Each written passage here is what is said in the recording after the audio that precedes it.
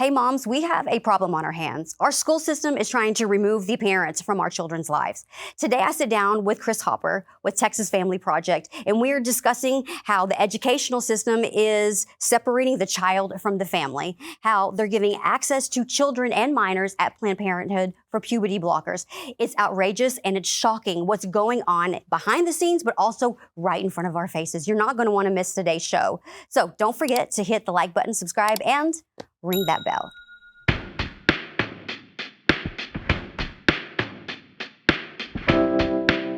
And so I've been saying and tweeting for now a year that they're coming for our children are under attack. I believe now, and it really struck me this morning, we have a new reality. We're sitting in the reality of parents are under attack. Yep. And that's something I never thought I would ever see in the state of Texas. What's interesting is years ago, even when I was in another state, the parents would complain to the teachers and the teachers would give in to the parents. And it almost seems like there's been an agenda. I mean, we're going to discuss so much today that now it's not what the parents have to say. The teachers are not caving to the parents. The teachers are not caving at all. That's We right. have parents that are wanting to get involved in the school systems, and these schools are literally shunning them away. We Yep. have teachers that are the teachers and even school and the education system here that are indoctrinating our children, That's right. and the parents are speaking up and they're pushing the family out.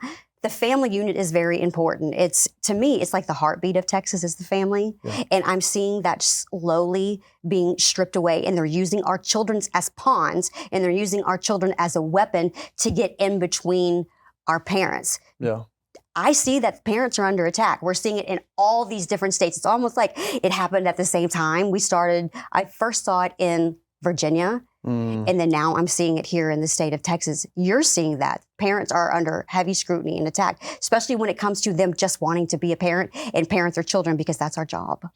Yeah. And as we all know, the teachers union is the biggest monster out there, and people don't want to address it. But the teachers union it's this enabling mechanism that allows this movement of indoctrination specialists to walk into a classroom and to dump content, not teach the basics, reading and writing, arithmetic, God forbid, but to dump content on these highly impressionable young people. And the content they're dumping is a uber sexualized content. And what it's doing, quite frankly, as we are seeing now, is it's leaving millions in its wake. I'm noticing that the teachers are coming in and trying to act as the parent. I know that the parents that are trying to come to the school board meetings, which we have a right to go to the school board meetings, we have a right to get an FOIA, to be able to find out what's happening in the education. I know some school districts are completely ignoring the parents. They're not giving over the information that the parents are requesting. It's a hostile environment. The parents should be able to know the curriculum. I'm hearing members of Congress talk about having to do a parental rights bill. When did we have to have a bill that gives us rights to find out what's going on in our educational system? Right. I've never seen that in my entire life. That actually kind of makes my blood boil just to think about that. But it's almost like they're interjecting themselves, and they're finding, and I've said this before, just thought in my brain, they're interjecting themselves because they're going to the children and they're asking them, do you have a safe parent? Yep. I'm a safe teacher. Yep. Do you have an unsafe parent? And if you do, then you can come to me. There's so many things that they are doing, especially when it comes to children at a young age. They want to give them avenues. Yep. They want to give them avenues outside of the family home to where all their questions can be answered by the teacher and at the school. You know, Kambree, they have gender closets in some schools that these teachers have put together. And so when a child walks onto the campus, they can go into a gender closet and they can get the clothes they really identify themselves as wearing. Like they can walk in and say, you know, I do feel like a girl today. So they can say, well, go to the gender closet, and there's plenty of options, and they can let them, without the parents knowing about it, And the parents can call the school and say, I don't want my child to change into a different clothes. And the school will not oblige with what the parent wants. They will oblige with what the child wants, because now the child can make their own decision at a young age, and they'll dismiss what the parent wants, right? And they will categorize these parents who are concerned as a non-safe adult. That's the descriptor they're using now for parents who are concerned. And like you just, to dovetail with what you just said, and they will say, well, this is a non-safe adult, but I'm safe. So you can come to my classroom and use the pronouns that you prefer, and dress the way you prefer. And you can just get changed before you jump on the bus and go home, but in this classroom. We could talk about Austin until we're blue in the face, but until 2019, they actually authorized sex ed, where they did not get the parental consent from the parents. For this specific sex ed class, they were talking about anal sex, and the parents were absolutely outraged. Right. They did not need their parents' signature. It's almost like the age of a minor is 18 years old. But now it's like the age of the minor is slowly decreasing over time.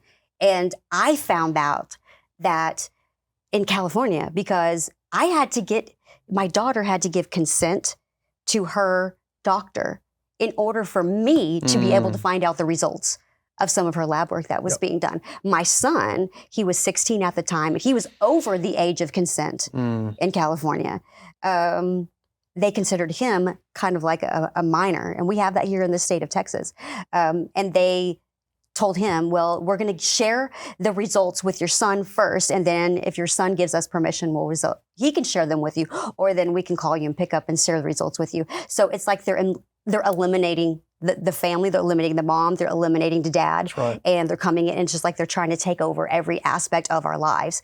And they're starting with the parents. Starting with the children. But now that it's gone into the parents, that's when they start name calling. They start saying, oh, we're extremists. Oh, they're right wingers. Oh, they're domestic terrorists. And then when that doesn't work, they have to get the media, the lapdogs on their side, and they have to get the media to come after us as parents and say, they don't know what they're talking about. They have no idea what's happening in the school. It's not true.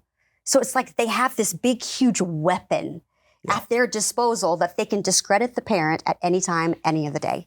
Well, and they're saying the quiet stuff out loud. Right. You know, when you and I were growing up, we had to have parents sign off when the famous sex ed video was going to be played in health class. Our parents had to sign it. You could opt out as a parent. If you didn't want your kid to participate, you could opt out and your kid wouldn't be in class for that hour.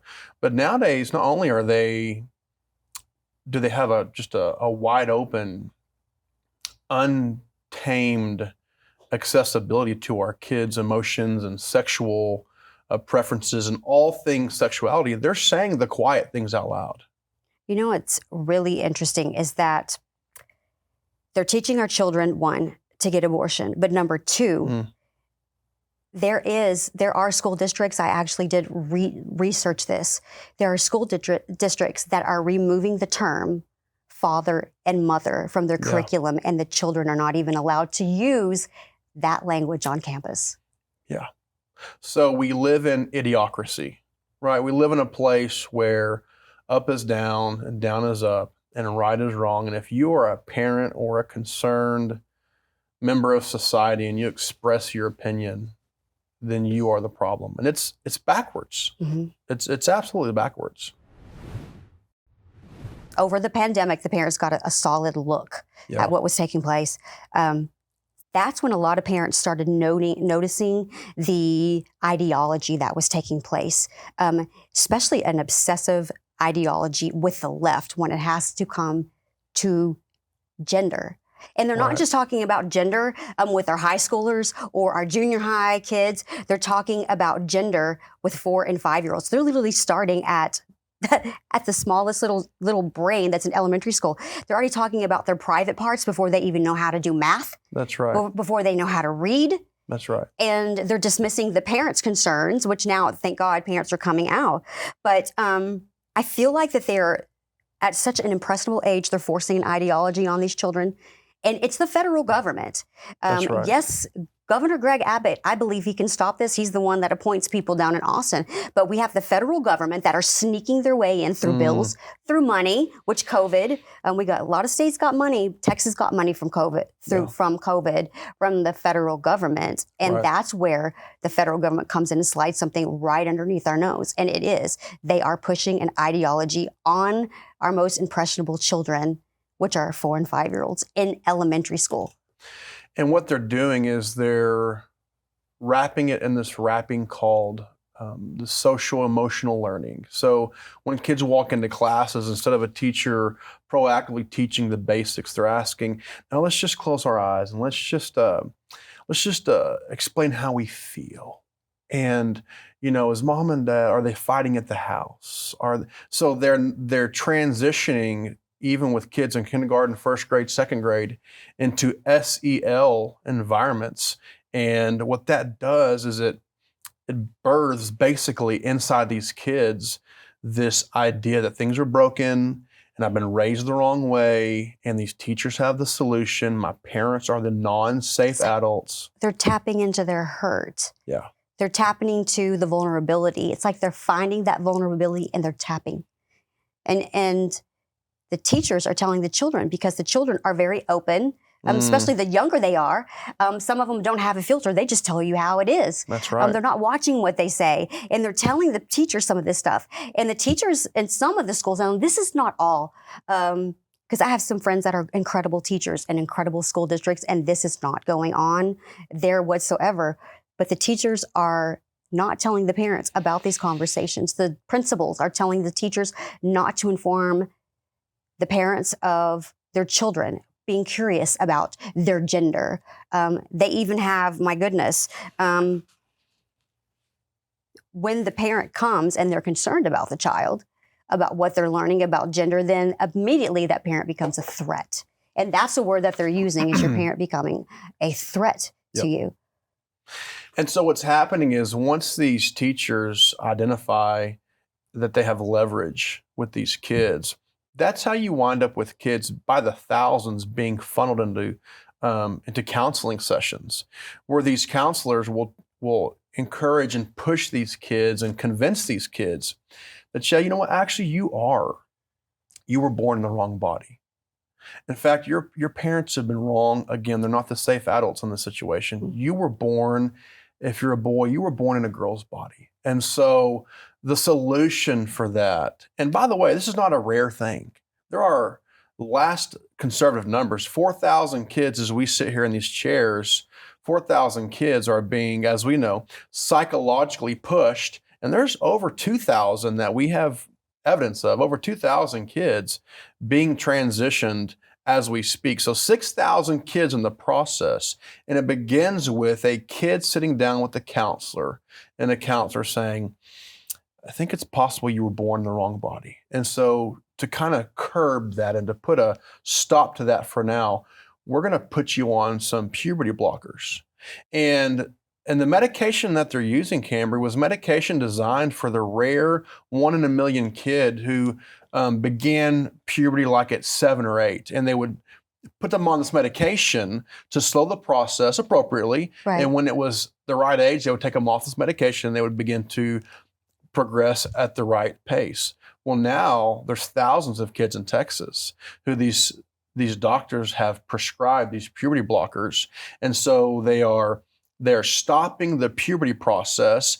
And the danger is the next step never is let's take the kid off of these blockers and let them proceed in the right direction. The next step almost always is let's get these kids on cross-sex hormones.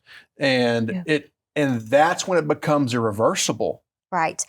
You mentioned something about they're going to psychologists and they're going to psychiatrists.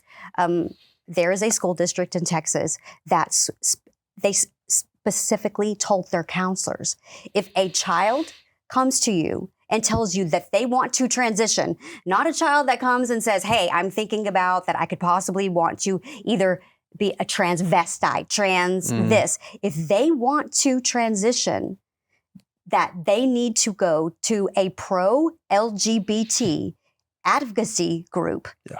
They wanted them to go to a group. They're telling the counselors to go to a group and tell them about this child, but the counselor is prohibited from telling the parent. So they're overstepping that parent. So it's not just even with doctors that parents are sending them to. We have school districts that are telling counselors to don't tell the parents, but go make sure you go to this group. It's pro-LGBT, and they're going to make sure that they do what's necessary to get that child transgendered. And you talked about medicine, and a lot of people do not understand how easily kids can get this medicine. And we're talking about consent. I mean, as well, people don't know that Planned Parenthood has been dabbling in the game of transgender, this ideology, medication, puberty blockers for years. People are not aware of that. And there are some minors that have the ability to be able to go into these Planned Parenthoods and get puberty blockers without their parents' consent. So it has invaded Planned Parenthood. I never would have thought in a million years Planned Parenthood would have been jumping into this game, yet here they are. Well, you have to follow the money at some point. And though Planned Parenthood on their website would say we do not administer nor do we encourage the administering of these drugs to minors, there are hundreds of accounts where that's not accurate. And let's say they weren't, even though they are prepping these kids. So the moment that they turn of age or a doctor deems it necessary, these kids are lined up and ready to go. And Planned Parenthood is subversive. They do not have the health of these young minors in mind. They are simply concerned about the dollar at this point, as they've proven time and time again. You know, it's interesting. They have it labeled sensitive care. That's when you don't need consent for some of these 16-year-olds. And the age is 16 years old, because the age in Texas is 16 years old, where a child doesn't necessarily need their parents' consent for some treatments. And some parents are not aware of that. But it's called sensitive care. And the chaos is this: in a place where you cannot go buy a beer if you're 16 or 18, right, but you can, with the encouragement of your psychologist, you can be put on cross-sex hormones that sterilize young men and women. You can be put on puberty blockers, which does all kinds, as you can imagine, all kinds of psychological damage. We will see this echo for decades into the future. Our education system feels like it's an indoctrination. We have teachers telling children the West is evil. And when I mean indoctrinate, I'm not just talking about gender ideology. I'm just talking about the way of life. Education is not education anymore.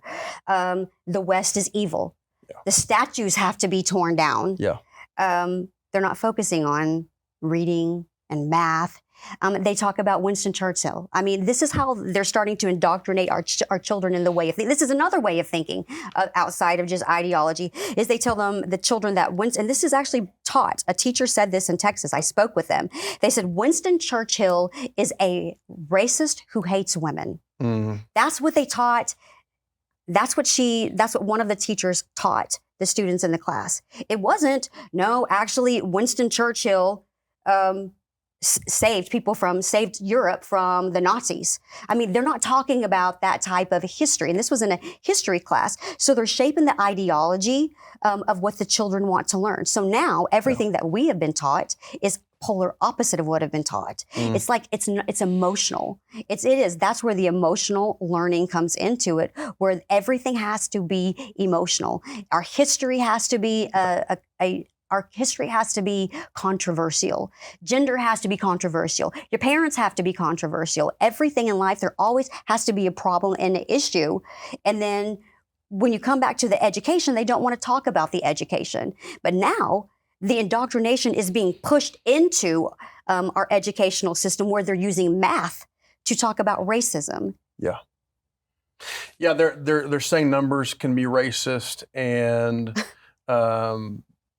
But the chaos is that we simply have an education system that ranks terribly low in the big picture of our, just think globally for a second. I mean, we have an education system that on any given day could be in the mid-20s as far as rankings, and yet the money dumped into the education system in America, second to none. No one comes close. I'm not sure who the second place is. They're so far down there. Right. But our educational rankings are terrible, and I think it can be tied to the fact, like you just said perfectly, that we are swapping the basics for a social and emotional learning system that focuses on how are you feeling and what are your thoughts, and not here are the facts about history or math or science. So we're seeing the results, and they're tangible results. We're doing terrible on the global scale. I don't know why we don't have more politicians talking about this. I don't know why this is acceptable. To me, we're talking about this because it's already acceptable in the Texas school districts, and I can't even wrap my brain around that, because that's disgusting that we have a governor that thinks this is acceptable, a lieutenant governor that thinks this is acceptable. It's not about campaigning all the time. This is not acceptable, especially in the state of Texas. It's, I mean, what is it going to take here? Because I see the parents standing up. I see the parents fighting. Sadly, they're weaponizing the school districts against the parents. They're going to harass them. They're going to arrest them. Parents are doing everything they can. And it's like the act of God to try to pull things from these school districts and try to get these school districts to stop doing what they're doing. Right. It's almost like the parents feel like they're crying out for help. And I'm not seeing a lot of help. I'm seeing us sitting down talking about the situation and what's taking place and what's going on. And it's acceptable, when in reality, it's not acceptable. What do we do? How do we go from here? How do we stop this? Well, you mentioned politicians, and what's happening in Texas, since we can talk about it since we're here, is politicians, there's low-hanging fruit out there. Politicians can help get the chaos outside of our school libraries, the pornographic, cartoon, sex books. I got a list of 1,000 plus. That's easy, low-hanging fruit for a conservative politician in Texas, and they won't do it. Men and women's sports at a college level, they won't do it. You have to bend their arm every step of the way, at every turn, because it seems like, and I'm talking about Republicans, we at least know where the Democrats are going to fall. They're consistent. It's the Republicans. They run on certain platforms, and once they're elected, you have to break their arm almost to get them to do the moral thing. And so the first problem politically is there's low-hanging fruit, and politicians are not taking advantage of that. And they're allowing this chaos and this curriculum and all of this stuff to remain. But second of all, parents have to wake up. I travel 1,000 miles a week, and I'm speaking to groups all across the state. And our message to parents is simple. We tell parents the solution is not another well-spoken politician. The solution is parents who will wake up and who will be moved to action. It's no longer enough to be informed. Parents have to be attending school board meetings, running for school board, or running for state rep, whatever. We tell parents, whatever you have the bandwidth to do, you do it. And it might require you to change your budget. It might require you to downsize. It might require you to change your schedule. But if parents will prioritize the health and the spiritual growth of their children above other things, we will see this tide turn. But it's going to take parents, and we're seeing, the good news is this, there is something brewing in Texas. As I'm speaking to these groups across the state, we are seeing something brewing in Texas. Parents are becoming aware, and they're waking up to the fact that this is a dumpster fire of a school system. And so parents are waking up, they're taking action, and as long as that continues and parents are willing to get in the fight and get their hands dirty, we will see great progress in this state.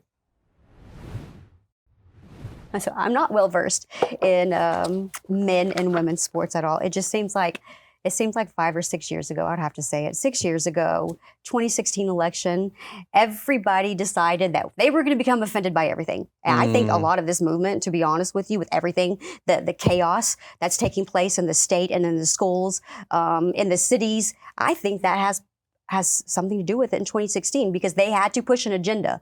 The hate was so high that they had to become offended. Yeah. They had to become offended. Yeah. But I don't know how long this issue has been with men in women's sports. It seems like that it's just recently started happening in the country. I don't even know where to start with this because I don't know where the right place to start, where the wrong place to start. I can put myself in these young girls' shoes where they've worked so hard, whether it be in a sport, whatever sport that they're in. They work so hard their whole life. They have aspirations. They have goals. They want to be this. They want a gold medal. They want to go to this college because this college has the best swim team. Or they want to go here because this college has this. So I understand what it's like to be a female and to dream about something and to work hard every single day, sacrifice your friends, sacrifice your birthdays, give up your hours throughout the day to be able to work hard because you want to be the best at that because you have a goal and you have a goal that you want to cross. Yeah. I can't imagine having a person who identifies as, it's like they change the verbiage all the time. They identifies as, and they come in and now you're competing against a biological male. I'm not saying anything about, and this is what people have to realize. We're not saying anything about people who want to live this type of lifestyle. I have family members that are trans, and they chose this lifestyle at the age of 18. Not when they were a child. That's very different when they were a legal adult to do what they wanted to do. Yeah. But to get into now, they're starting to penetrate every single aspect of women's lives. Because I don't see a lot of women that are wanting to go into the male arena and compete against them, but I'm seeing a lot of men that are going into the women's arena. Kambree, I feel like we're in phase 3. I feel like phase 1 was no more dodgeball in PE class. And from that, we allowed young men, let's just say, to be okay with being unable to hang with the other boys or honestly take up for those who are maybe being bullied. We kind of took away dodgeball and made it okay to be a weak and I want to say impotent young man in our society. And phase 2, quite frankly, is I think everyone gets a trophy. I think that was phase 2.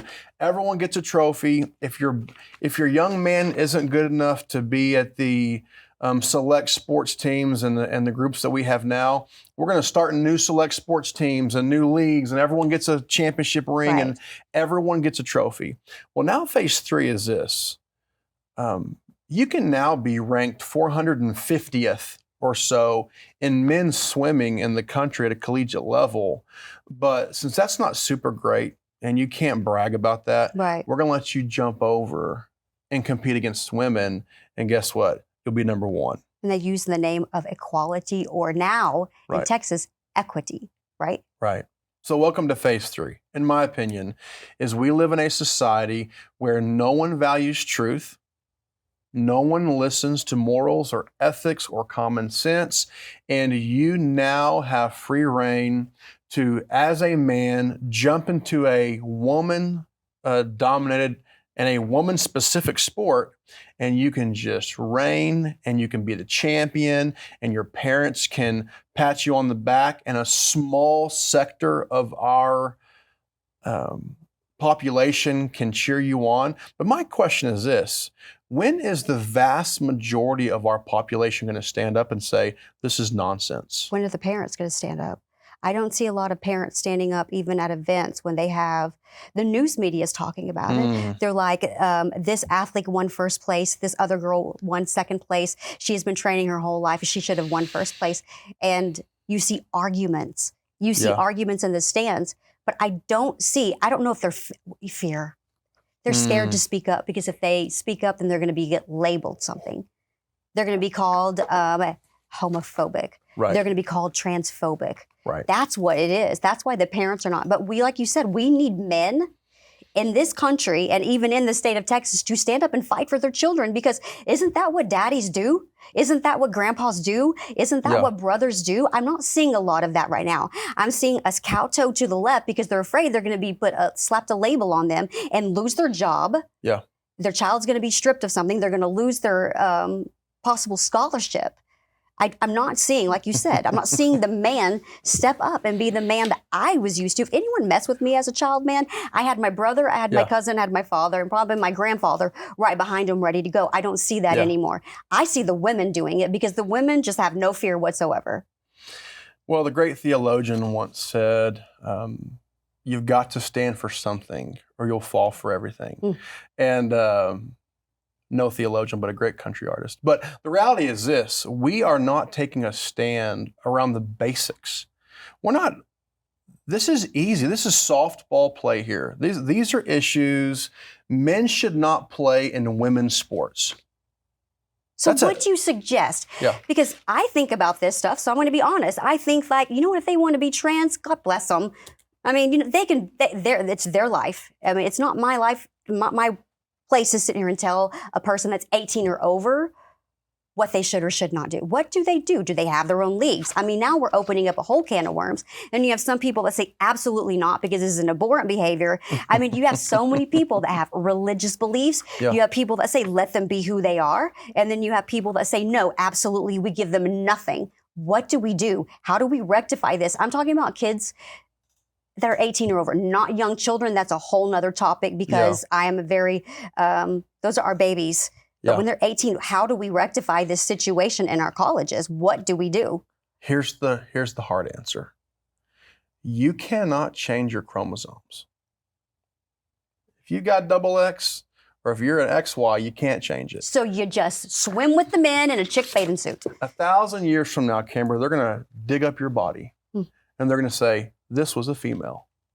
They're not going to know what your preferences were, what your pronouns were, not what color you like to dye your hair. You cannot change your chromosomes. And the hard answer is this: if you're a man, then you live in a man's world and you thrive in a man's world, you produce in a man's world, you care for your family in a man's world, you carry them to church on Sunday, you lead your family. If you're a female, I'm telling you, there are a million attributes that I am so thankful for when it comes to women in my life. Strong women who were leaders in my life. The problem is we are saying that you are a man, but you're supposed to be a woman, and we expect society just to get in line and to bow down to the ideology. And that is a train wreck for a society. And we're not seeing it yet, but we one day soon will say, oh, this is what happens when you do not take a stand and say right is right and wrong is wrong. Is there anything that we did not discuss today that you wanted to talk about? I will say this, that family's God's design.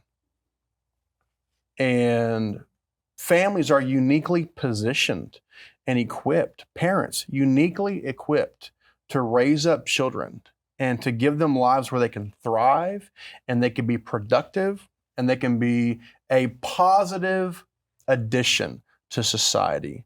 And the moment that we take away some of the basic infrastructure with the family, we will see a digression. And we're seeing it.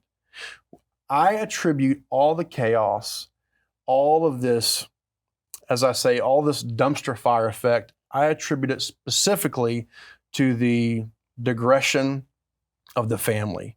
So as a pro-family organization, we fully encourage families to fight the good fight and to raise up world changers and to be honest and to tell the truth. These are principles that our society is trying to erase.